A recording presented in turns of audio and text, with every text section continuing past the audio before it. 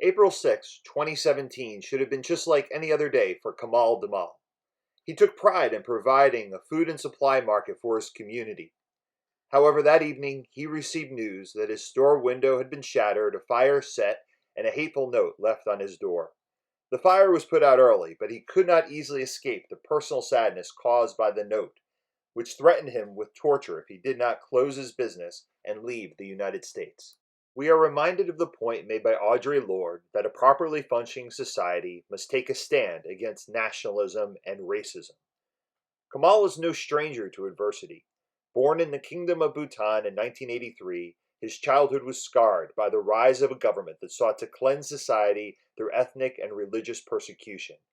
His Hindu and Nepalese speaking family became a target.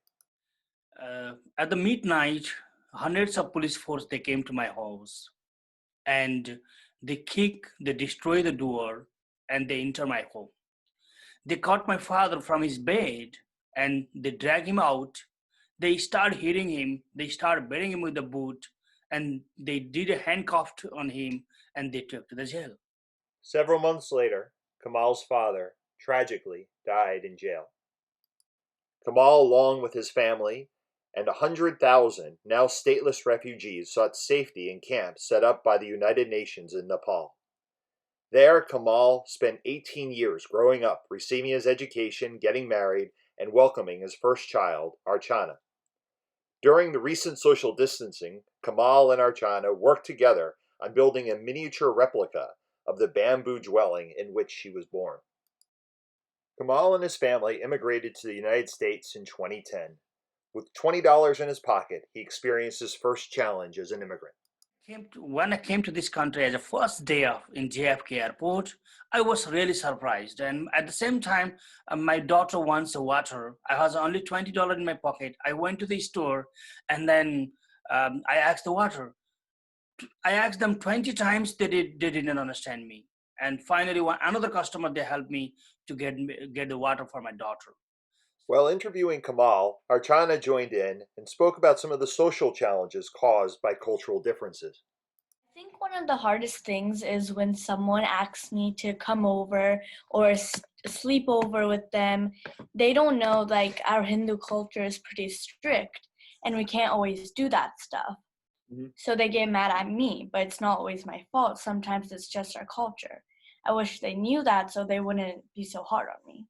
But ever since I've gotten more like into our Hindu culture, it's like more understandable why I can't do that or why I can't get it.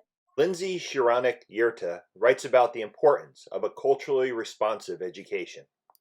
In a classroom, they start only about the Christmas or the American festival. The teacher, they don't know about the international values. We celebrate Diwali as a festival of light, as similar to the Christmas. And if the teachers allowed, or if the teacher teach about our culture, our values, at least we are able to keep our values to our children, and they feel that it is important to learn about it. Beyond holidays and celebrations, a culturally responsive education is about curriculum, books, and posters. In her school's library, Archana notes that only 2 books about her culture could be found. But how do schools accommodate specific dietary needs? When I visited schools, I found there is a pork and beef, and I request them, but they told me to bring the reason that why my child not allowed to eat meat. In first, they don't want to understand our problem. Because the teachers or the dietary people, they don't know about the culture of international culture or the diversity problem. So what is that means? So I request to the principal that because this is our culture, our religion, that we don't allow our child to eat pork and beef. Patricia Tolley notes that K-12 education is often about conformity to the socio-cultural, economic, and political order of the group in power. So in this case, Kamal had to find a creative solution. Later, what I did is I went to the doctor and I talked to the doctor because this is our problem. So he gave me a letter that if you give this kind, so she might have allergy. So I talked to the doctor and I went to the school and okay, if you give this mate, she has allergy. So that's done. Now the problem is solved. If I say allergy, Wow. they understand. Wow. We share our culture to our children. We have that kind of culture. If I have one full bread in my hand, And if I have a four friend around me, we can share that bread and we eat, four of us. When we come to this country, we brought our food as a taste of along with us. We never had American food before. Still, we have some kind of problem that how to eat American food. We love our Nepali traditional food that which we grow in our backyard. Even in Charlotte, I love this place because the climate favor to grow tomatoes, cucumber, pumpkins, and so many things. I have my backyard. I grow already here. We are teaching our children how to grow vegetables.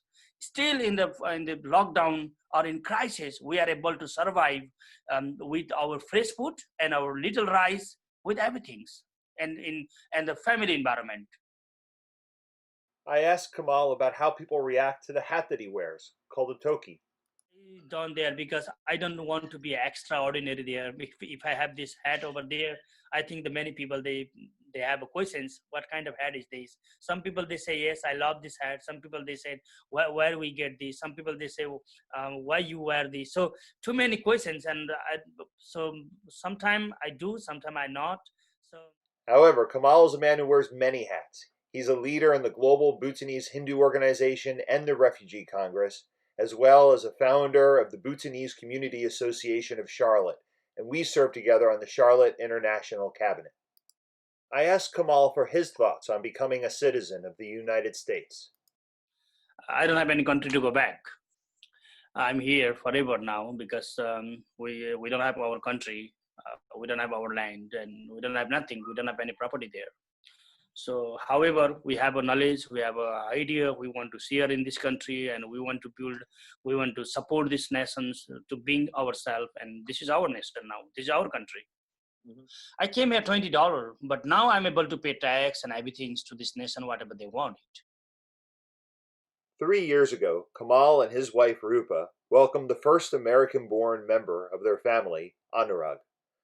Kamal sold his store and is now working in human resources. However, he continues to strongly serve our community. My concern is that either I'm an immigrant, either by African Americans, either American peoples, or whoever. Before we can blame each other, we need to change by ourselves. Mm-hmm. We need to purify what is in our heart, what is in our mind. Thank you to Kamal and Archana for sharing their culture, perspectives, and life experiences. May we all continue to build on understanding, cooperation, friendship, service to others, and world peace.